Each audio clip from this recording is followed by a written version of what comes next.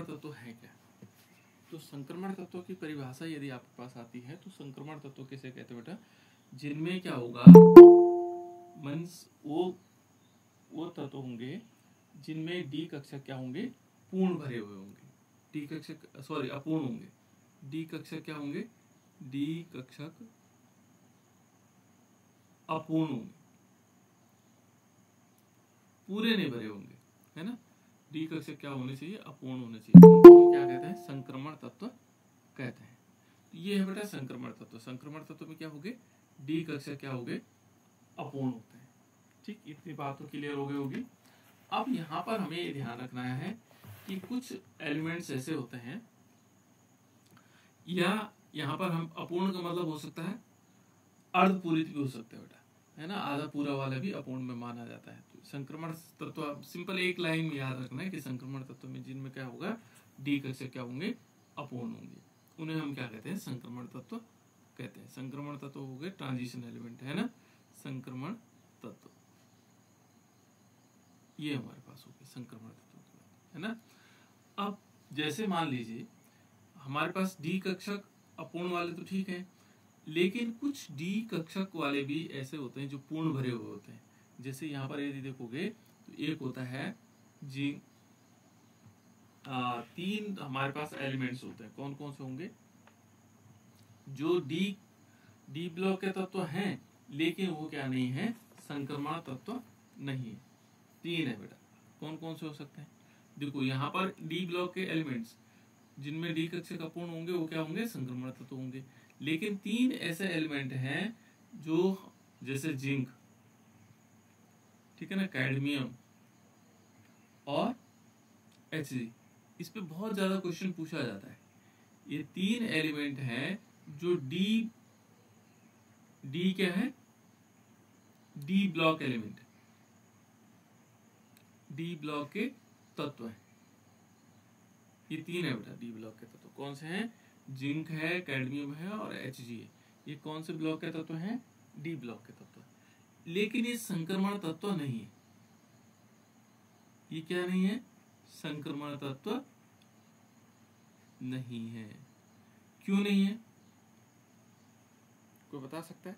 ये तीनों जो है संक्रमण तत्व नहीं है, जबकि डी ब्लॉक एलिमेंट है। हमने एक बात की थी कि जो डी ब्लॉक एलिमेंट होते हैं वो संक्रमण तत्व होते हैं यहाँ पर, है ना। लेकिन बाकी तो सब है, लेकिन कौन कौन से नहीं है, जिंक, कैडमियम और Hg। ये डी ब्लॉक के तत्व तो हैं लेकिन संक्रमण तत्व नहीं है। क्यों नहीं होंगे बेटा, कोई बता सकता है?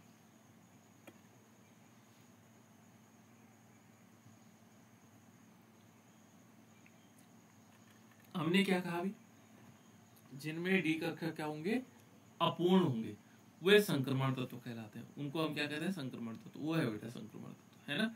यहाँ पर देखो जिंक का एटॉमिक नंबर कितना होता है, परमाणु क्रमांक कितना होता है, किसी को याद है जिंक का? 30। हाँ 30 है ना, 30 होता है। अब यदि हम इसका इलेक्ट्रॉनिक कॉन्फ़िगरेशन लिखेंगे बेटा, तो इलेक्ट्रॉनिक कॉन्फ़िगरेशन कैसे होगा, यदि हम यहाँ पर देखेंगे तो 1s2 2s2 2p6 3s2 3p6 4s2 and 3d। इसका देखो तो डी वाले कक्षक में कितने इलेक्ट्रॉन है, 10।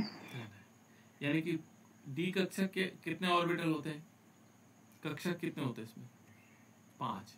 तो देखो बेटे यहाँ पर जो डी कक्षक है वो कैसा भरा हुआ, ये पूरा भरा हुआ। देखो यहाँ से 5 कक्षक होते हैं इसमें, और एक कक्षक में कितने हैं, 2 इलेक्ट्रॉन रहते हैं। एक कक्षक में कितने इलेक्ट्रॉन रहते हैं, 2। 1 2 3 4 और 5, ये देखो 5 कक्षक है। और प्रत्येक कक्षक में क्या है, 2 2 इलेक्ट्रॉन है। ये देखो 2 यहाँ है, 2 यहाँ है, 2 यहाँ है, 2 यहाँ है और 2 यहाँ, सब में पूरे भरे हुए, है ना। तो ये क्या है, पूर्ण भरा हुआ है, इसलिए इसको क्या नहीं माना जाता, संक्रमण तत्व नहीं माना जाता है।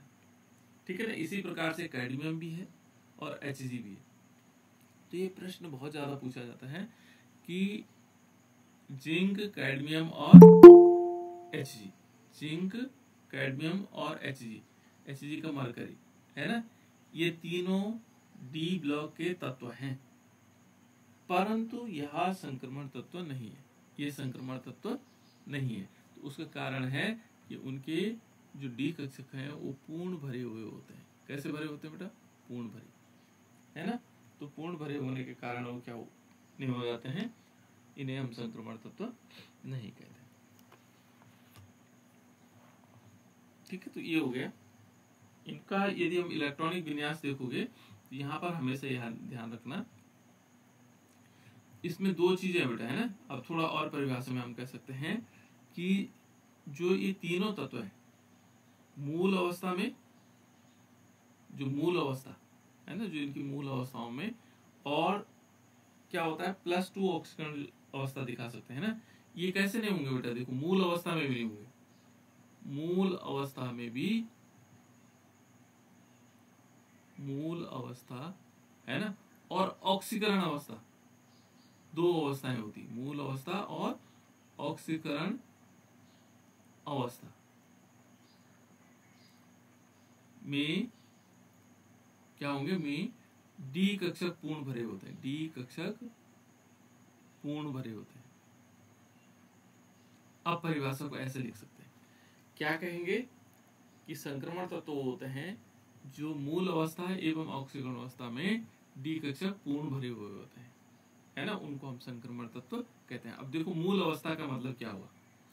यदि मान लीजिए आपने जिंक को देखा, Zn को, एक तो जिंक हमारे पास सिंपल ही हो गया, और एक ऑक्सीकरण अवस्था क्या है? Zn2 पॉजिटिव है। एक तो जिंक हो गया और Zn2 पॉजिटिव है। इन दोनों अवस्थाओं में वो क्या हो गया? मूल अवस्था तो ये हो गई और ऑक्सीकरण अवस्था ये हो गई। इसको हम कह सकते हैं ये मूल अवस्था है बेटे, है ना, मूल अवस्था। और ये क्या है इसकी? ऑक्सीकरण अवस्था, ऑक्सीकरण अवस्था। मैं जिंक से ही आप लोगों को संक्रमण तत्व बताना चाह रहा हूं। तो देखो, मूल अवस्था एवं संक्रमण अवस्था में डी कक्षक पूर्ण भरे होते हैं, उन्हें हम क्या कहते हैं? संक्रमण तत्व कहते हैं। ठीक है ना। अब मूल अवस्था में तो आप लोगों ने देखा, मूल अवस्था में देखोगे तो डी कक्षक पूरे भरे हुए हैं, यानी कि डी का मतलब हो गया डी में 10 इलेक्ट्रॉन होना ही उसका पूर्ण भरा हुआ होना चाहिए, क्योंकि डी में कितने कक्षक होते हैं बेटा? 5, और एक कक्षक में कितने इलेक्ट्रॉन रहते हैं? 2, अधिकतम 2 रह सकते हैं। देखो, 1 2 3 4 5, है ना। यदि डी में आपको इस प्रकार से दिखाई दे, सब में 2 इलेक्ट्रॉन दिखाई दे और पूर्ण भरा हुआ दिखाई दे, तो ये क्या हो जाएगा? डी कक्षक हो जाएगा। ठीक है ना। और डी कक्षक में सब देखो, 2 यहाँ है, 2 यहाँ है, 2 सब जगह 2 है, 5 दूने 10 इलेक्ट्रॉन। तो डी कक्षक में 10 इलेक्ट्रॉन है, तो हम कहेंगे ये पूरा भरा हुआ है, पूर्ण पूरित है ना। मूल अवस्था और ऑक्सीकरण, ये तो मूल अवस्था में तो पूरे भरे हुए हैं। देखो, 1s2 2s2 2p6 3s2 3p6 4s2 and 3d10। अब देखो बेटा, Zn पे 2 पॉजिटिव चार्ज है। 2 पॉजिटिव चार्ज का मतलब क्या हुआ? कोई बच्चा बता दो मुझे कि Zn पे 2 पॉजिटिव चार्ज है, इसका मतलब क्या हुआ?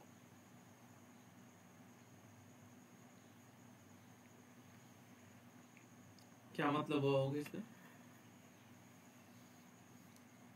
इसने क्या क्या होगा? क्या क्या होगा बेटा? इसने 2 इलेक्ट्रॉन त्यागे होंगे कि नहीं होंगे?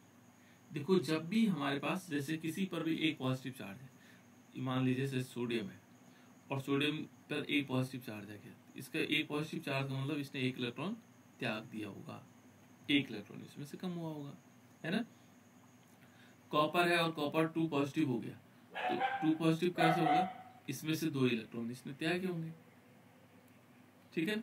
तो जितने इलेक्ट्रॉन त्यागेगा, जैसे मान लीजिए एल्युमिनियम 3 पॉजिटिव है, इसका मतलब इसने 3 इलेक्ट्रॉन त्याग रखे हैं, तभी तो इस पे 3 पॉजिटिव आया होगा, है ना। 3 इलेक्ट्रॉन पे नेगेटिव चार्ज है ना।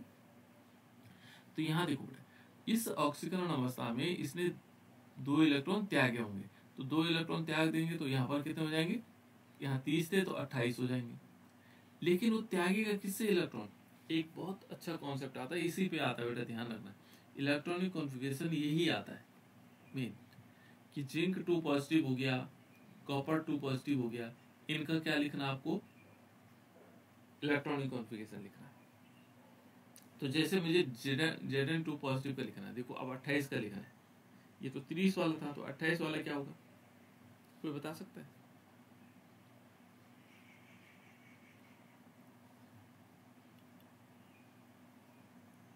Zn2 पॉजिटिव का मतलब है बेटा, इसकी जो बाह्यतम कक्षा है उसमें से 2 इलेक्ट्रॉन निकल जाएंगे। तो पहले हमें इसमें बाह्यतम कक्षा ढूंढनी होगी। देखो पहली कक्षा तो ये है, या आंतरिक कक्षा है, दूसरी कक्षा ये है, तीसरी ये है, ये देखो तीसरी ये, लेकिन चौथी जो है कौन सी है, ये सबसे बाहर वाली कक्षा ये होगी। तो इलेक्ट्रॉन यहां से नहीं निकलेंगे, कहां से निकलेंगे, 4s से, जो सबसे बड़ी कक्षा होगी, जहां पर संख्या देखो 4 है, ये 4 सबसे बड़ी संख्या देखने में इनमें, तो इनमें देखो 3 है, 3 के बाद आता है 4, तो ये सबसे बाहर वाली कक्षा है। तो इसमें से 2 इलेक्ट्रॉन निकलेंगे। तो इसके पास कितने हैं, 2। तो हमारे पास जो नया इसका Zn2 पॉजिटिव का इलेक्ट्रॉनिक विन्यास आएगा, ये आएगा 1s2 2s2 2p6, याद रखना बेटा ये ध्यान से, ठीक है ना, 2p6, यहाँ पर कितना आ जाएगा 3s2 3p6, 4s कितने हो जाएगा, 0, और 3d कितने हो जाएंगे, 10। देखो इसमें भी डी कक्षा क्या है, पूर्ण भरा हुआ। तो ये मूल अवस्था और ऑक्सीकरण अवस्था में जब डी कक्षक पूर्ण भरे होते हैं तो उनको हम क्या कहते हैं, संक्रमण तत्व कहते हैं। तो ये है संक्रमण तत्व की परिभाषा, आप लोगों को समझ में आ गई होगी, ठीक है ना। ये है बेटा संक्रमण तत्व। संक्रमण तत्व हमारे पास ये कहलाएगा। इसके बाद चलते हैं हम इलेक्ट्रॉनिक विन्यास, हमने कल पढ़ लिया था, और हम पढ़ रहे थे डी ब्लॉक के सामान्य गुण, ठीक है। उसमें हमने भौतिक गुण देखा था कि भौतिक गुण जो फिजिकल प्रॉपर्टीज हैं, तो ये क्या क्या हो सकते हैं फिजिकल प्रॉपर्टीज में, भौतिक गुण हमने पढ़े थे।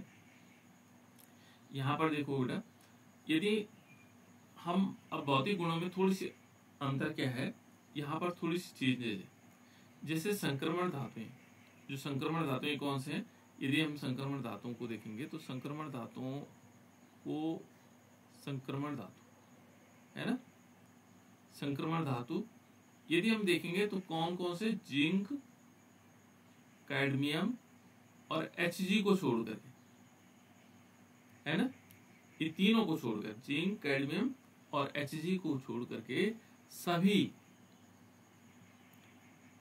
क्या होंगे, सभी डी ब्लॉक के जो धातुएं हैं, है ना, वो संक्रमण धातुएं कहलाती हैं। वो सभी क्या कहलाएंगे, संक्रमण धातुएं कहलाएंगे। यहाँ पर देखो बेटा, ये क्या होते हैं, अति कठोर होते हैं, ठीक है ना, बहुत ज्यादा कठोर होते हैं, ये हमें पता है इनकी कठोरता। इनका जो गलनांक और क्वथनांक है वो उच्च होता है। जैसे मानो यदि इनको गलाया जाए, है ना, जैसे आप लोगों ने लोहे को पिघलाना चाहते हैं, लोहा हमारे पास है, तो आयरन का गलनांक क्या होगा, हजारों में होगा, है ना। इसका डिग्री सेल्सियस में देखेंगे तो 1000 बहुत ज्यादा होगा, है ना, 2000 2300 2400 इस टाइप से होंगे। यानी कि इसको पिघलाने के लिए हमें बहुत ज्यादा क्या देना पड़ेगा, उसको ताप देना पड़ेगा। तो इनका गलनांक और क्वथनांक क्या होगा, उच्च होता है ना। और इनके हमने कहा था कि कणन इंथैल्पी, ठीक है ना, कणन इंथैल्पी क्या होता है बेटा, कणन इंथैल्पी को बोलते हैं हम हीट ऑफ एटमाइजेशन, ठीक है ना। यहाँ पर क्या होगा, हीट ऑफ एटमाइजेशन का मतलब होगा कि एक, मान लीजिए जैसे हमारे पास एक हम लेते हैं कॉपर लेते हैं और दूसरा भी कॉपर लेते हैं, इनको आपस में जोड़ने के लिए जैसे जुड़ेंगे ना, इनके पास क्या होगा, इनके पास अयुग्मित इलेक्ट्रॉन होते हैं बेटा, क्या होते हैं, अयुग्मित इलेक्ट्रॉन होते हैं। डी ब्लॉक के जो एलिमेंट्स होंगे इनमें क्या होंगे, अयुग्मित इलेक्ट्रॉन होता है, यानी कि जिनमें युग्म नहीं बने होते हैं उनको हम बोलते हैं अयुग्मित इलेक्ट्रॉन, है ना। यानी कि अयुग्मित इलेक्ट्रॉनों की संख्या क्या होती है, बहुत अधिक होती है ना। और इनमें क्या होगा कि जो डी ब्लॉक एलिमेंट है उनमें जो 2 अंतरा परमाणु अन्योन्य क्रिया होती है ना, आपस में जुड़ने की जो क्रिया होती है उससे बहुत ज्यादा ऊर्जा निकलती है, ठीक है ना। जैसे एक एग्जांपल ले लेते हैं, स्कैंडियम। स्कैंडियम तो सभी ने देखा है, स्कैंडियम का परमाणु क्रमांक कितना होता है बेटा, स्कैंडियम का परमाणु क्रमांक कितना होता है। ये बहुत जरूरी है बेटा आपको यहाँ पर जानना कि किस प्रकार से हम क्या कर सकते हैं। 21। हाँ 21। सबके एक तो परमाणु क्रमांक याद होने चाहिए और दूसरा क्या होगा कि इनका इलेक्ट्रॉनिक कॉन्फ़िगरेशन आना चाहिए। इलेक्ट्रॉनिक कॉन्फ़िगरेशन पर बहुत अधिक प्रश्न बनते हैं। देखो यहाँ पर देखो, अब हमने क्या किया इसको 1s2 2s2 2p6 3s2 3p6 4s2 and 3d1। देखो यहाँ पर यदि हम देखेंगे तो डी ब्लॉक की कितने कक्षक होते हैं बेटा। डी के होते हैं 5 कक्षक। 5। बिल्कुल, बहुत बढ़िया। 1 2 3 4 5। इसमें इलेक्ट्रॉन कितने हैं अभी, यहाँ पर 1 है, तो ये क्या है, अयुग्मित है। क्या है बेटा, ये अयुग्मित है। युग्म नहीं बनाया इसमें। युग्म का मतलब होता है जोड़ा, है ना। युग्म कहाँ बनते हैं, जहां पर जैसे मान लीजिए हमने एक 5 कक्षक दिखाए और यहाँ पर हमने युग्म बनाना चाहे तो ये युग्म बन गया, ये बन गया युग्म, है ना। एक कपल हो गया, है ना, युग्म हो गया। लेकिन ये क्या है, अयुग्मित है। अयुग्मित को मतलब सिंगल, है ना। और ये क्या कह रहे हैं, ये कह रहे हैं कि जो हमारे पास डी ब्लॉक एलिमेंट होते हैं उनमें अयुग्मित इलेक्ट्रॉनों की संख्या अधिक होती है। कितनी होती है, अधिक होती है ना। तो इसी के आधार पर हम आप देखेंगे ये क्या करता है, हीट ऑफ एटमाइजेशन का मतलब हो गया कि यहाँ पर क्या करेगा, ये इस अयुग्मित के कारण जो है दूसरे से जुड़ेगा, दूसरे परमाणु से जुड़ेगा और जुड़ने से क्या होगा, उनमें हीट ऑफ एटमाइजेशन बहुत अधिक होगा। ठीक है ना, हीट ऑफ एटमाइजेशन अधिक, ठीक है ना। देखो बेटा यहाँ पर क्या होगा, एक तो हीट ऑफ एटमाइजेशन, जो गलनांक होता है इनका, गलनांक के बारे में हमने पहले पढ़ा था कि यदि यहाँ पर देखेंगे तो इनका गलनांक क्या होगा, उच्च होगा, है ना। लेकिन एक चीज और कहता है, एक टीसी, टाइटेनियम और मैग्नीज, इनको छोड़ करके किसी भी श्रेणी में धातुओं का गलनांक क्या होगा, D5 में अधिकतम होते हैं। D5 में क्या होगा, अधिकतम होगा। जो इसके पश्चात क्या होगा, नियमित हो जाता D5 तक। यहाँ पर क्या होगा, जो गलनांक होगा बेटा वो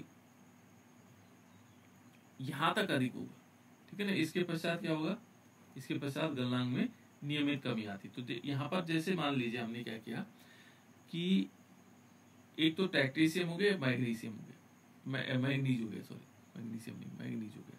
यहाँ तक क्या होगा, बढ़ेगा। जैसे हमने कैसे कैसे देखा था कि स्कैंडियम हो गया, टाइटेनियम हो गया, वेनेडियम हो गया, क्रोमियम हो गया, मैग्नीज हो गया, है ना। ये कौन सी सीरीज का था, मैग्नीज हो गया, आयरन, कोबाल्ट, निकेल, कॉपर और जिंक। कौन सी सीरीज थी बेटा, 3D सीरीज। ये कौन सी सीरीज है, 3D सीरीज। और इसके साथ साथ यदि हम 4D सीरीज को देखें, कौन सी सीरीज, 4D सीरीज को, तो 4D सीरीज क्या होती है, 4D सीरीज कौन सी बेटा, एटरबियम से शुरू होती है ना, एटरबियम से शुरू होती है, एटरबियम, फिर जर्कोनियम, फिर नायोबियम,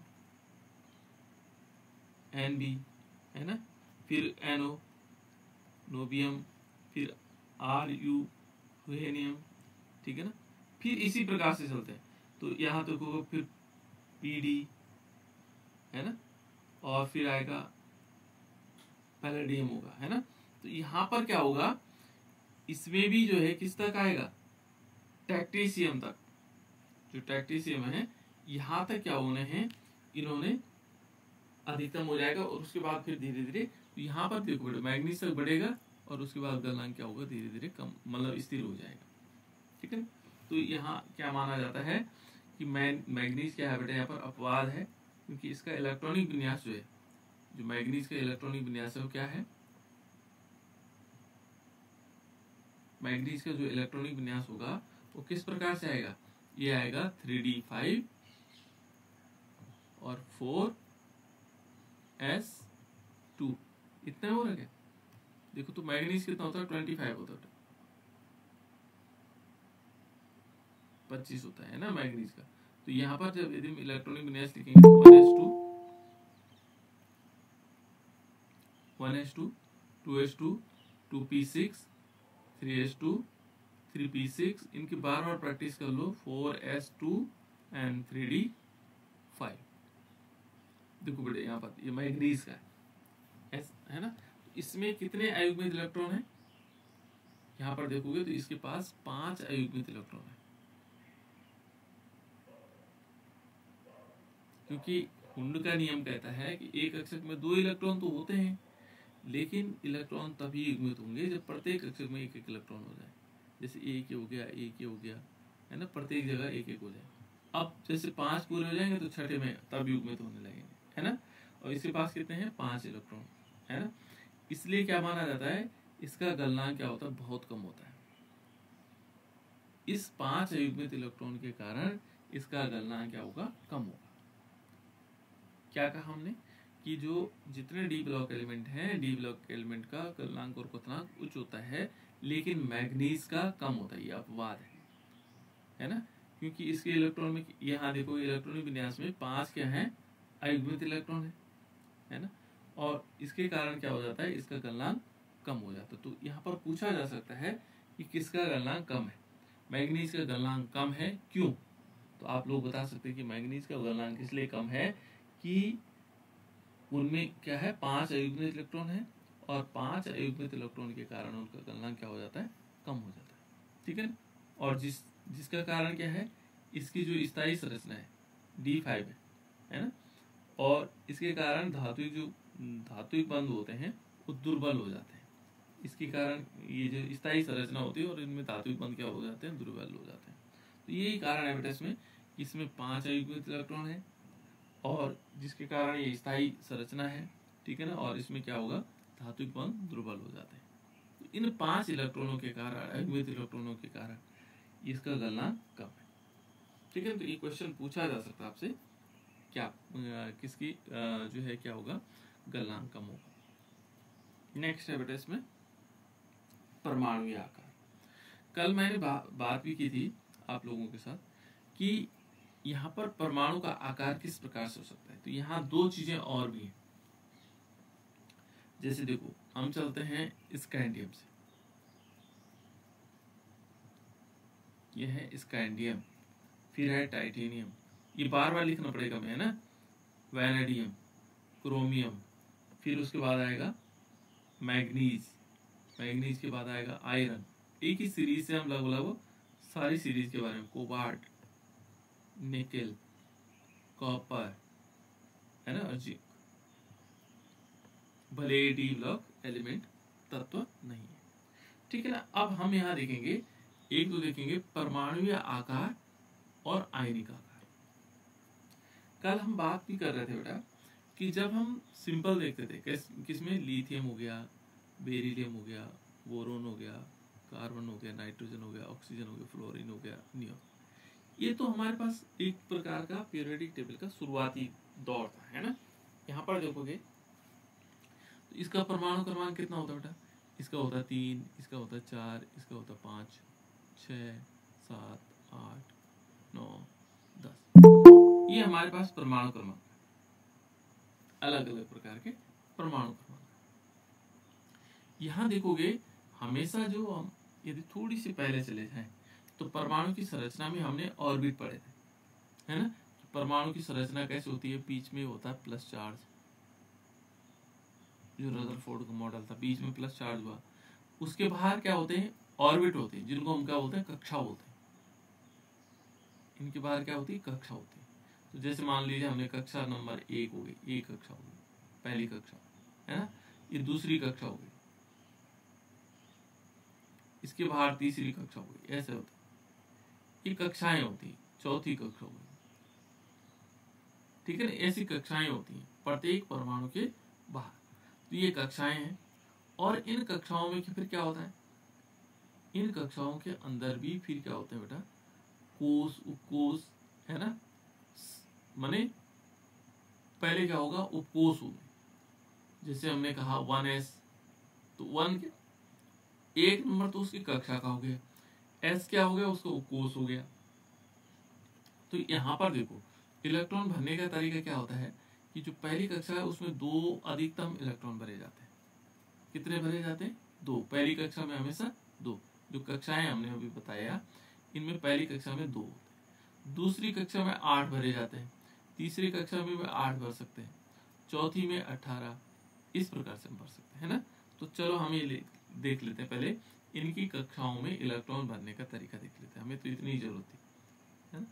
यहाँ पर हम क्या करेंगे, तो देखो ये हमने देखा कि इनका परमाणु क्रमांक कितना है, इसका परमाणु क्रमांक कितना बेटा, इसका परमाणु क्रमांक है 3। तो 3 परमाणु क्रमांक है, तो उसमें इलेक्ट्रॉन कितने होंगे, इलेक्ट्रॉन भी 3, प्रोटॉन कितने होंगे 3। जिसको जहां पर समझ में नहीं आएगा पूछ लेना बेटा, है ना। इलेक्ट्रॉन कितने 3, प्रोटॉन कितने 3। तो यहाँ पर हम क्या मान लेंगे कि इलेक्ट्रॉन को भरने का पहली कक्षा में तो 2 इलेक्ट्रॉन भरे जाएंगे और दूसरे में बचेगा तो 1 यहाँ चले जाएगा। यहाँ 4 है तो पहली कक्षा में तो 2 ही भरने, दूसरी कक्षा में कितने भरे जाएंगे 2। फिर यहाँ पर देखो 2 और फिर कितने हो जाएंगे 3। यहाँ 6 है तो पहली कक्षा में 2, बाह्यतम कक्षा में 4। यहाँ देखो 2 और 5, ये इलेक्ट्रॉन भरने का तरीका है। देखो 2 और 6, 8 वाले के लिए 2 और 6। फिर इसमें देखेंगे तो कितना है 2 और 7, यहाँ देखो 2 और कितने हो जाएंगे 8, इस प्रकार से। यानी कि इन सब में 2-2 कक्षाएं, 2 ही कक्षा तो हो रहे, एक में 2 है, एक में 1 है, एक में 2 है, दूसरे वाले में। यहाँ कक्षाओं की संख्या 2 है, तो देखो बेटे एक कक्षा है तो ये हो गई मान लो, और एक कक्षा ये हो गई, 2 कक्षाएं, इलेक्ट्रॉन ऐसे भरेंगे। इसको समझना जरूरी है, ध्यान रखना, ये बहुत जगह काम आएगा आपके।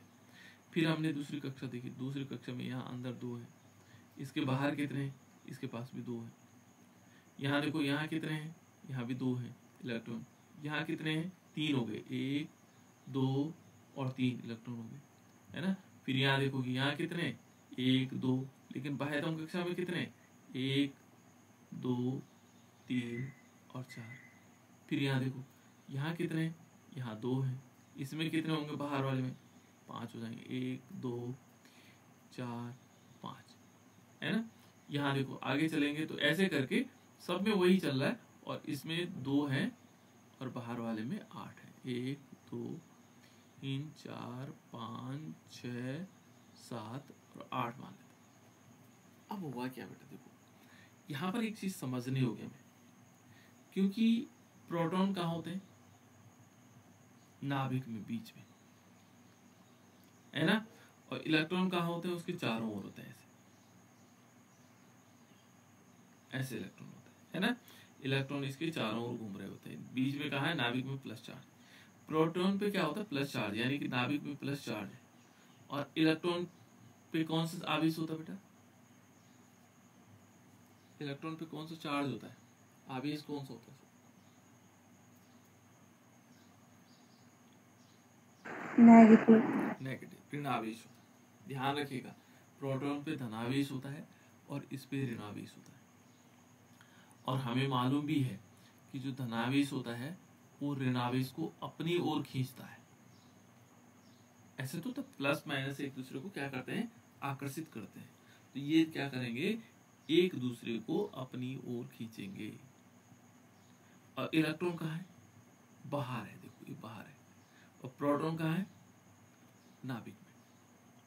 अब हुआ क्या, देखो यहां समझना हमने, क्योंकि यहां पर 3 तो प्रोटॉन है और 3 ही क्या है, इलेक्ट्रॉन है। इनमें जो आकर्षण बल लगेगा, क्योंकि पॉजिटिव चार्ज है नेगेटिव चार्ज है ना। और यहाँ देखो 4 इलेक्ट्रॉन 4 प्रोटॉन है और 4 ही क्या है, इलेक्ट्रॉन है। देखो क्या हो रहा है बेटा, यहाँ पर आवेश बढ़ रहे हैं, यहाँ आवेश कम था, यहाँ आवेश थोड़ा ज्यादा आएगा। जब आवेश ज्यादा होगा तो क्या होगा, वो एक दूसरे को ज्यादा खींचेंगे, सिंपल है ना, वो एक दूसरे को क्या करेंगे, ज्यादा खींचेंगे। यहाँ देखो 5 इलेक्ट्रॉन, 5 क्या है, प्रोटॉन है, और 5 क्या है, इलेक्ट्रॉन है। देखो यहाँ क्या हो रहा है, जो कोष हैं, जिनको हम कोष कह रहे हैं, ऑर्बिट कह रहे हैं, उनकी संख्या 2 ही है। देखो 1 और 2, 1 और 2, 2 ही कोष है सब में, 1 2 कोष, 2 कोष है सब में। लेकिन हो क्या रहा है, कोषों की संख्या तो 2 ही है, लेकिन यहाँ पर क्या हो रहा है, आवेश बढ़ रहा है। देखो 5 की जगह फिर यहाँ क्या है 6 प्रोटॉन हुआ है, और 6 ही क्या हुए इलेक्ट्रॉन हुए। यहाँ 7 प्रोटॉन हुए और 7 क्या हुए इलेक्ट्रॉन हुए, है ना। ऐसे यहाँ पर देखोगे तो यहाँ पर क्या है 10 प्रोटॉन हुए 10 इलेक्ट्रॉन हुए, यानी कि आवेश बढ़ रहा है। पॉजिटिव और नेगेटिव चार्जेस क्या हो रहे हैं, बढ़ रहे हैं। पॉजिटिव चार्जेस और नेगेटिव चार्जेस के बढ़ने से क्या होगा, इनके बीच आकर्षण बल बढ़ेगा, ये आकर्षित होंगे एक दूसरे के। और यहाँ पर क्या हुआ देखो, इसने कम खींच पाया इन इलेक्ट्रॉनों को अपनी तरफ, लेकिन इसने और ज्यादा खींच लिया। तो हुआ क्या, इसका आकार थोड़ा बाहर, ये तो फैले हुए थे, ऐसा फैला हुआ था ना, ये देखो जब वो खींच नहीं पाएगा तो ये फैला हुआ है। और जैसे उसने थोड़ा खींच लिया अपनी ओर, क्या हो गया, थोड़ा कम हो गया, वो अंदर की तरफ सिकुड़ गया। तो इसने और खींच लिया, इसने और खींचा तो इसने और थोड़ा छोटा हो गया, इसने और खींचा तो और छोटा हो गया। तो धीरे धीरे क्या हो रहा है बेटा, यहाँ पर नाभिकीय आवेश बढ़ रहा है, और नाभिकीय आवेश बढ़ने से क्या हुआ, इनका आकार छोटा होता चला गया। ठीक है, ये तो था नियम। अब देखो जैसे मान लीजिए यहाँ पर तो सिंपल है, ऐसा हुआ, ठीक है। अब एक कहानी और भी है इसमें, देखो कैसे। ये तो है जब हम यहाँ से बाएं से दाएं तरफ जा रहे हैं। अभी हमने संक्रमण तत्व तो नहीं पढ़ रहे बेटा, अभी हम केवल जनरल एजम्पशन पढ़ रहे हैं, जनरल चीज पढ़ रहे हैं। किसके लिए, जो पीरियोडिक टेबल में जो होता है जनरल, वो क्या होता है, इस प्रकार से होता है। अभी इसमें कुछ चेंजेस है, जो संक्रमण तत्व है इनमें कुछ अलग भी है ना। यहाँ पर क्या अलग है ना, ये तो मैं पहले आप लोगों को थोड़ी सी बता रहा हूँ कि कैसे कैसे होता होगा इसमें। ये सबके समझ में आ गया। देखो बेटे, यदि समझ में आ गया तो तब ये आगे वाला भी समझ में आएगा, नहीं तो नहीं आएगा, है ना। तो आप लोगों को ध्यान से सुनना है। देखो अब दूसरी कंडीशन यहाँ पर ले लेते हैं। ये तो था जब हम क्या कर रहे हैं, पीरियोडिक टेबल में कहां से कहां जा रहे हैं, पीरियोडिक टेबल में बाईं तरफ से दाहिनी तरफ जा रहे हैं, बाईं तरफ से दाहिनी तरफ जा रहे हैं। अब हमें ऊपर से नीचे की तरफ जाना है, टॉप टू बॉटम जाना है। देखो ये टॉप से बॉटम की तरफ जाना है। तो टॉप में कौन आता है, देखो जैसे यहाँ पर देखो लिथियम है, तो लिथियम के नीचे क्या होता है, सोडियम होता है। सोडियम के नीचे क्या होता है, पोटेशियम होता है। पोटेशियम के नीचे रूबियम, रूबियम के नीचे सीजियम, सीजियम के नीचे फ्रांसियम। इन्हीं दो से हम समझ सकते हैं ना। देखो इसका परमाणु क्रमांक है 3, इसका है 11, इसका है 19, 19 के साथ फिर 18 जोड़ेंगे कितना होगा, 37, है ना। इसका कितना होगा, फिर 32 जोड़ेंगे, इसमें जो भी है ना। चलो इतने से समझ लेते हैं, चलो आगे देख लेंगे उसमें। तो यहाँ पर देखो बेटा, यहाँ पर क्या है 3 है, तो 3 में हमें पता है कि पहली कक्षा में 2 रहेंगे और दूसरे वाले में कितने रहेंगे, दूसरे वाले में कितने रहेंगे 1। यहाँ देखो पहली कक्षा में 2 होंगे और फिर कितने बचे 11 है ना, तो दूसरे वाले में कितने रहेंगे 8। लेकिन यहाँ पर देखो 2 और 8 और 2 10 हुए, लेकिन अभी दूसरी कक्षा में 8 रहते हैं, लेकिन तीसरी कक्षा में क्या क्या बचेगा 1। देखो यहाँ जो ऑर्बिट की संख्या थी, कोषों की संख्या 2 थी, यहाँ 3 हो गई। यहाँ देखो कितने हो गए, पहले वाले में 2, दूसरे वाले में 8, फिर 8, फिर 1। देखो 1 2 3 4 कक्षा हो गए, यानी कि इसमें क्या हुआ, इसमें 2 थे, इसमें कितने हुए 1 2 3 हो गए। इसमें देखेंगे तो ये क्या हो गया 1 2 3 और 4 हो गए, ये तो और बड़ा हो गया। तो देखो यहाँ पर क्या हो रहा है, कोषों की संख्या बढ़ रही है। भले इसमें आवेश भी बढ़ रहे हैं, लेकिन आवेश की तुलना में कोष ज्यादा हो रहे हैं। वहां क्या था, कोषों की संख्या बराबर थी, पहले वाले में हमने कोषों की संख्या बराबर, वहां 2 2 थे सब में। लेकिन यहाँ पर क्या हो रहे हैं, कोषों की संख्या बढ़ रही है। और जब कोषों की संख्या बढ़ी बेटा, तो उससे क्या फर्क पड़ा, जब कोषों की संख्या बढ़ी तो उससे आकार बढ़ा हुआ। लेकिन जो इनका नाभिकीय आवेश था उतना काम नहीं किया उसने, इसलिए वो छोटे नहीं हो पाया। तो ऊपर से नीचे जब जाते हैं पीरियोडिक टेबल में, तो आकार क्या होता है, बढ़ता है। आकार क्या होता है, बढ़ता है। जब हम इधर से इधर की तरफ जाते हैं तो क्या होगा, आकार घटता है, परमाणु का आकार घटेगा। ऐसे जब हम क्या जाएंगे, बाएं से दाएं तरफ जाते हैं पीरियोडिक टेबल। अब ये देखो, इसको देखेंगे तो ये बाएं से दाएं है बेटा, यदि बाएं से दाएं, तो इसमें क्या होना चाहिए था, जब हम इधर जाते तो इसमें क्या होना चाहिए था, जो नियम है इस नियम के अनुसार इसका आकार घटना चाहिए, आकार घटना चाहिए। लेकिन यहाँ ऐसा नहीं होता, ये थोड़ा सा अलग है, कहीं पे घटेगा कहीं पे बढ़ेगा, ठीक है ना। लेकिन होगा क्या, इसके आकार में थोड़ा सा परिवर्तन आता है। अब वो परिवर्तन किस प्रकार का होगा वो हम देखेंगे। देखो बड़े, इनके जो आकार है थोड़ी देर के लिए जो हम मान लेते हैं, देखो यहाँ पर क्या है 144 है ना, पिकोमीटर है, पीएम है पिकोमीटर। मैं वैसे दे रहा हूँ, एक आंकड़ा दे रहा हूँ आपके पास थोड़ा सा, 132, ठीक है, घट रहा है, बढ़िया है, क्योंकि वो इसी नियम के अनुसार चल रहा है ना। फिर क्या हुआ 122 पिकोमीटर, फिर क्या हुआ 117 पिकोमीटर, फिर क्या हुआ 117, फिर क्या हुआ 117, फिर क्या हुआ 116, फिर क्या हुआ 115, फिर क्या हुआ 117, फिर क्या हुआ 125। कुछ यदि हम घटते हुए चलें तो यहां तक तो ठीक चल रहा है, देखो यहां से यहां तक तो ठीक चला, कहां से, स्कैंडियम से क्रोमियम तक तो आकार घटा है, लेकिन क्रोमियम से लेकर के और आयरन तक जो है क्या हुआ, आकार स्थिर रहा, रुक गया, आकार नहीं घटा। फिर क्या हुआ, फिर आकार थोड़ी देर तक घटा और फिर क्या होने लग गया, बढ़ने लग गया। यहां 3-4 कंडीशन आई बेटे, आकार पहले घटा,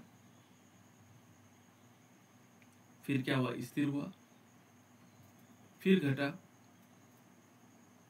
है ना, और फिर क्या हुआ, बढ़ने लग गया, बढ़ा। तो इसमें अलग अलग कंडीशन, ऐसा क्यों हुआ। यदि सिंपल एक नियम आता है कि आकार घटना चाहिए तो इसको घटते रहना चाहिए था, लेकिन यहाँ पर क्योंकि डी ब्लॉक एलिमेंट है, इनकी थोड़ी प्रॉपर्टीज अलग है, ठीक है। और प्रॉपर्टीज क्या होंगे, इसके अंदर कुछ घटनाएं होंगी, इनको समझने के लिए कुछ घटनाएं है बेटा। तो यहाँ तक तो सिंपल है बेटा, क्योंकि यहाँ पर क्या होगा कि जो डी ब्लॉक के तत्व हैं उनमें देखेंगे तो इनका जो आकार है, पहले में देखेंगे तो जो पी ब्लॉक एलिमेंट है, एस ब्लॉक एलिमेंट है, उनसे तो इनका आकार क्या है, छोटा है ना। इनसे जो एस ब्लॉक एलिमेंट, पहले इसको कंपैरिजन पूरी पीरियोडिक टेबल में करते हैं, जो एस ब्लॉक एलिमेंट है इनसे कम है इनका आकार, लेकिन जो यहाँ पी ब्लॉक एलिमेंट है, ये पी ब्लॉक एलिमेंट है, इनसे अधिक है आकार। लेकिन अपने में क्या है ना, देखो बेटा, स्कैंडियम से लेकर के, है ना, जिसका क्या है 144 पिकोमीटर है, और कहां तक देखो, यदि हम देखेंगे क्रोमियम, ठीक है ना, यहां तक देखोगे तो क्रोमियम तक क्या हुआ, आकार कम हुआ, ठीक है ना। कहां तक हुआ, क्रोमियम तक आकार क्या हुआ, कम हुआ, है ना।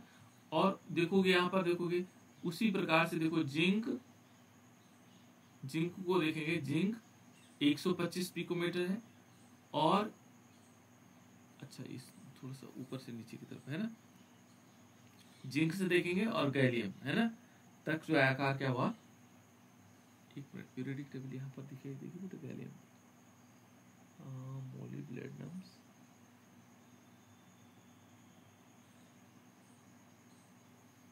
ठीक है, चलो खैर वो आगे वाला है, ठीक है ना। यहाँ पर जिंक से देखेंगे तो ये आगे की तरफ देखेंगे, यहाँ आकार क्या होगा, बढ़ेगा। चलो इसको छोड़ देते हैं यहाँ पर, ठीक है ना।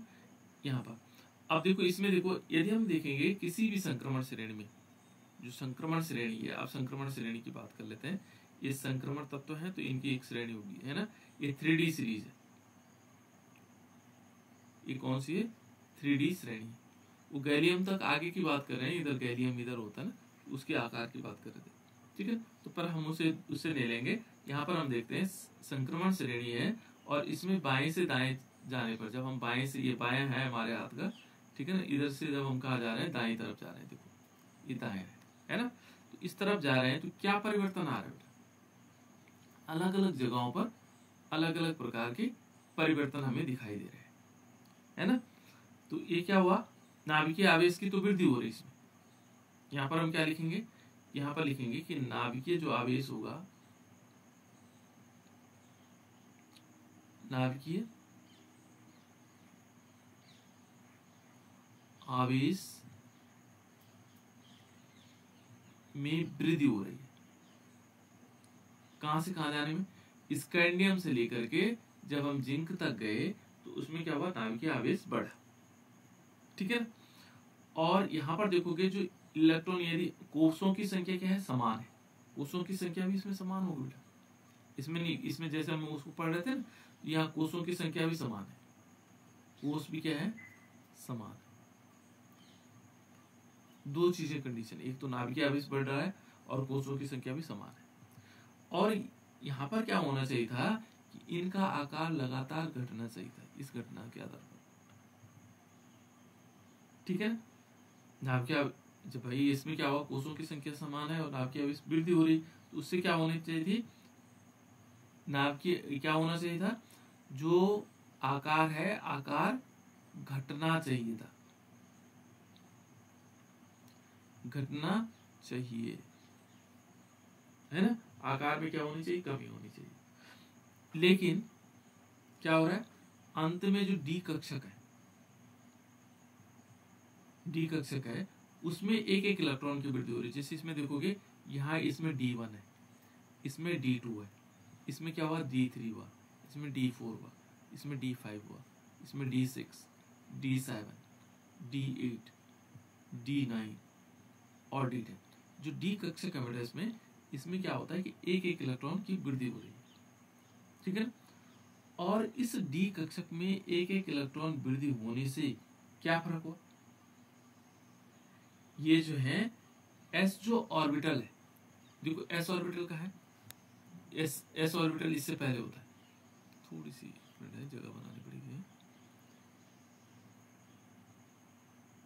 ये बहुत इंपॉर्टेंट है बेटा, ध्यान से देखना है ना, ये काफी इंपॉर्टेंट पोर्शन है, क्योंकि यहाँ पर एक चीज हम समझ रहे होंगे, स्क्रीनिंग इफेक्ट समझ रहे होंगे, क्योंकि यहाँ पर क्या होता है, स्क्रीनिंग इफेक्ट होता है, जिसको बोलते हैं परिरक्षण प्रभाव।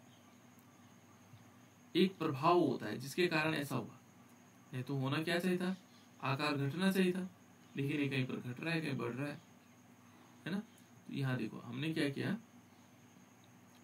ये इलेक्ट्रॉन का आकार हुआ। अब इसको थोड़ा सा ऐसा समझना है, देखो इसमें क्या हुआ बेटा, कि जैसे मान लीजिए आपने पहली कक्षा ये हुई, दूसरी कक्षा ये हुई, तीसरी ये हुई और चौथी हुई, ये हुई, है ना। ये पहली कक्षा है, दूसरी है, तीसरी है, चौथी है। सबसे अंदर कौन है, पहली कक्षा, उसके बाहर कौन सी है, दूसरी, फिर तीसरी, फिर चौथी, ये चारों कक्षाएं हो गई। अब यहाँ इलेक्ट्रॉन जो भरे जा रहे हैं बेटा, देखो हम पहले चलो इसको देख लेते, स्कैंडियम को देख लेते हैं ना। तो स्कैंडियम में हमने क्या पढ़ा था, 1s2, 2s2, 2p6, 3s2, 3p6, 4s2 और 3d1। यहाँ देखो 4s वाला कहाँ है, ये अंदर की तरफ है, और 3d कहाँ है, बाहर की तरफ। ऐसे तो देख रहे हैं। तो यहाँ देखो जो 4 है वो कहाँ है, बाहर, अंदर है, ये अंदर की तरफ है। तो यहाँ पर क्या हुआ बेटा, जो 4 वाली जो कक्षा है ये अंदर की तरफ आ गई, और ये डी है ये बाहर की तरफ है। अब यहाँ इलेक्ट्रॉन बढ़ रहे हैं, इस डी में क्या हो रहा है, इलेक्ट्रॉन बढ़ रहे हैं। इसके अंदर कौन सा है, एस कक्षा, जिसको बाहर होना चाहिए। देखो चौथी कक्षा कहाँ होती, बाहर, लेकिन ऐसा होता है ना बेटा, देखो जैसे तीसरी कक्षा है और ये चौथी कक्षा है, तीसरी कक्षा के 3 होते हैं, जैसे देखो 3s, 3p और 3d। और चौथे के कितने होते हैं, देखो 4s, यदि हम देखेंगे तो यहाँ पर क्या होगा, 4s, तो 4s यहाँ से शुरू हो जाता है, 4s, 4p इसके बाद आएगा, ये बीच में रहेगा, है ना। फिर क्या आएगा, 4d एंड 4f। इनमें देखो यहाँ पर क्या हुआ, ये अंदर की तरफ है थोड़ा सा, कौन, 4s, जबकि इसको बाहर होना चाहिए था ऐसे, लेकिन ये अंदर से शुरू होता है। भले इस पूरी कक्षा जो है बाहर है, लेकिन इस थोड़े से इससे क्या आ जाता है, पहले आ जाता है, इसकी थोड़ा ऊर्जा कम होती है, तो इसलिए थोड़ा बाहर आ गया, है ना। यहाँ पर क्या हुआ, अब वो कह रहा है कि डी में एक इलेक्ट्रॉन बढ़ रहा है। सब में देखो डी में एक, पहले 1 था, फिर 2 है, फिर 3 है, फिर 4 है। और इससे क्या हुआ, इससे जब इनमें इलेक्ट्रॉन बढ़ते चले गए, डी में क्या हुआ, इलेक्ट्रॉन क्या हो रहे हैं, बढ़ रहे हैं। कौन सी कक्षा, डी कक्षा कौन सी है, ये बाहर है, किससे बाहर है, 4s से, ठीक है। तो इसमें क्या हुआ, जो 4s के इलेक्ट्रॉन है ये जो 4s के इलेक्ट्रॉन है ये इसको धक्का देंगे, क्योंकि इलेक्ट्रॉनों की संख्या बढ़ रही है। तो इलेक्ट्रॉन क्या करते हैं, एक दूसरे को प्रतिकर्षित करते हैं। और जो ये क्या है बेटा, जो बाह्यतम जो ये क्या होंगे, इलेक्ट्रॉन बढ़ेंगे, तो ये 4s की बाह्यतम कक्षा में जो इलेक्ट्रॉन है उसका परिरक्षण प्रभाव होगा। जो नाभिकीय आवेश है उस आकर्षण बल को संतुलित करने की कोशिश करता है। ये तो ये तो करेंगे अंदर की तरफ, ये तो खींचेंगे अंदर की तरफ। कौन, जो डी वाले कक्षक हैं वो इलेक्ट्रॉन किसकी तरफ आकर्षित होंगे, नाभिक की तरफ। लेकिन यहाँ जो 4s के इलेक्ट्रॉन है इसको धक्का देंगे। तो यहाँ तक तो कोई क्या होता है, यहाँ तक तो कंडीशन ठीक रहती है, कहाँ तक, क्रोमियम तक। लेकिन जब 4 और 5 6 हो जाते हैं तो ये क्या करते हैं, जितना ये अंदर की तरफ खींच रहे हैं ये जो डी इलेक्ट्रॉन है उतना ये धक्का भी दे रहा है। कौन, ये। तो इसको बोलते हैं बेटा परिरक्षण प्रभाव, स्क्रीनिंग इफेक्ट। ये जो अंदर वाले इलेक्ट्रॉन है ये क्या कर रहे हैं, इसको बाहर वाले को अंदर खींचने नहीं दे रहे। ठीक है ना। तो ये क्या कहता है कि प्रारंभ में, अब यहाँ पर 2-3 लाइनें याद रखनी। क्या याद रखना है, बहुत इंपॉर्टेंट लाइन है बेटा, इसलिए मैंने कल इसको बताया नहीं था, मैंने रोक दिया था इसको यहीं पर। देखो यहाँ पर क्या क्या ध्यान रखना आपको, यहाँ 2 चीजें, एक कौन कौन से बल लग रहे हैं यहाँ पर 2 बल काम कर रहे हैं। कौन कौन से, एक तो है नाभिकीय आकर्षण बल, जो नाभिक की तरफ खींचेगा। ठीक है, इसको क्या बोलेंगे, नाभिकीय आकर्षण बल।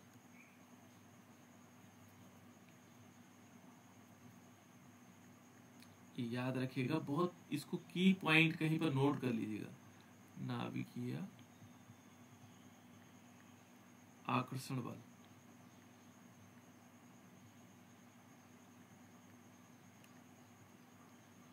एक तो क्या है, नाभिकीय आकर्षण बल, और दूसरा हमने कहा परिरक्षण प्रभाव। क्या बोलेंगे, परिरक्षण प्रभाव, स्क्रीनिंग इफेक्ट प्रभाव। ये 2 प्रकार के बल काम कर रहे हैं ना। तो यहां ये ध्यान रखना कि जैसे हम कहां से, यहां से कहां से, स्कैंडियम से लेकर के और क्रोमियम तक,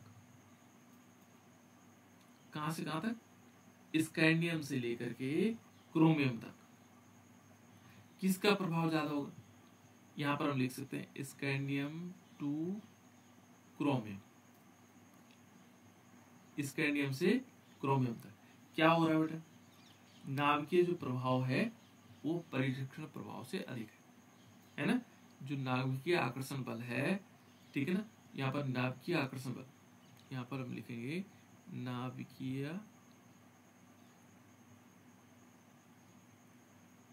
आकर्षण बल इज ग्रेटर देन, किससे होगा, परिरक्षण प्रभाव, परिरक्षण प्रभाव। यहां पर जो परिरक्षण प्रभाव हो रहा था उससे ज्यादा क्या है, नाभिकीय आकर्षण बल है, इसलिए क्या हुआ, आकार छोटा होता चला गया, है ना यहां तक। लेकिन यहां पर क्या हुआ, उसके बाद क्या हुआ, इसके बाद कहां से, देखो क्रोमियम से लेकर के और आयरन तक, कहां से बेटा, कहां तक, क्रोमियम से लेकर के, क्रोमियम से और कहां तक, आयरन तक। ये जो नाभिकीय आकर्षण बल है ये दोनों क्या हो गए, बराबर हो गए। देखो जो नाभिकीय आकर्षण बल और परिरक्षण प्रभाव है ये दोनों बराबर है, इन ये ज्यादा ऊपर है नहीं कम ऊपर, जैसे जैसे इलेक्ट्रॉन बढ़े। ठीक है, दूसरी लाइन में क्या रखोगे याद, कि क्रोमियम से लेकर के और आयरन तक दोनों का जितना नाभिकीय आकर्षण बल था उतना ही परिरक्षण प्रभाव था, दोनों बराबर हो गए, याद रहेगा। ठीक है ना। और तीसरी लाइन फिर और आगे चलेंगे, देखो अभी हम और आगे चलते हैं, कहां से कहां तक, इतने हम देखेंगे। तो इसके बाद क्या हुआ, यहां पर तो बराबर हो गए, मैग्नीज, देखो देखो इनका आकार मैग्नीज, वैसे मैग्नीज हो गया आयरन हो गया, कोबाल्ट हो गया और निकेल तक लगभग आकार वैसे बराबर है इनका, है ना। कॉपर तक देखो यहाँ तक लगभग थोड़ा सा अंतर है, लेकिन लगभग बराबर ही है ना। उसके बाद देखो बेटा, इसके बाद बड़ा, यदि वैसे यहाँ से देखेंगे तो इनमें एक ही का अंतर आ रहा है। देखो एक कम हुआ थोड़ा सा और थोड़ा सा और कम, तो यहाँ पर भी वही ये मान सकते हैं आयरन न होकर के निकेल कॉपर तक, है ना। कॉपर तक भी हम इसको यही ले सकते हैं कि यहाँ पर क्या होगा, जो नाभिकीय आकर्षण बल होगा वो परिरक्षण प्रभाव के बराबर होगा, है ना, क्योंकि इनमें भी ज्यादा अंतर नहीं है। ठीक है, लेकिन यहाँ पर क्या हुआ ऐसा कि 17 से 25 हो गया, एकदम बड़ा। तो यहाँ पर क्या होगा, यहाँ पर क्या होगा, हम मान सकते हैं कि इसके लिए एक होगा कॉपर टू कॉपर से जिंक, यहाँ बड़ा ना। तो यहाँ पर हम क्या कहेंगे कि जो नाभिक, यहाँ पर क्या होगा, नाभिकीय आकर्षण बल होगा वो किसके इज लेस देन परिरक्षण प्रभाव। यहाँ परिरक्षण प्रभाव जो है क्या होगा, बढ़ जाएगा, परिरक्षण प्रभाव बढ़ा। यहाँ पर जो नाभिकीय आकर्षण बल है बेटा वो कम हुआ और जो परिरक्षण प्रभाव है वो ज्यादा हो गया, जिसके कारण क्या हुआ, उनका आकार में एकदम वृद्धि आ गई, है ना। परिरक्षण प्रभाव क्या हो गया, कम हो गया। जो बाहर से धक्का दे रहा था इन्होंने अंदर, ये ज्यादा हो गया, परिरक्षण प्रभाव ज्यादा हो गया और जो नाभिकीय आकर्षण बल था वो कम हो गया और उसने इलेक्ट्रॉनों को दूर धकेल दिया ऐसे, है ना। ये प्रभाव कम हो गया, है ना। ये जो यहाँ परिरक्षण प्रभाव था, जो 4s ने धक्का दिया और 3D के कक्षक थोड़ा बाहर चले गए, है ना, ये बढ़ गया। इसलिए क्या माना गया कि जो अंदर वाली कक्षाएं होती हैं उनके जो इलेक्ट्रॉन है वो बाहर वाली कक्षाओं के इलेक्ट्रॉन को धक्का देते हैं। इस वाले कंडीशन में वो प्रभाव ज्यादा हो गया, परिरक्षण प्रभाव, जिसके कारण क्या हो गया, उनका आकार बढ़ गया। ये है बेटा इसके आकार से संबंधित। समझ में आया, थोड़ा समझने वाला कॉन्सेप्ट है और इसको समझ गए होंगे आप लोग।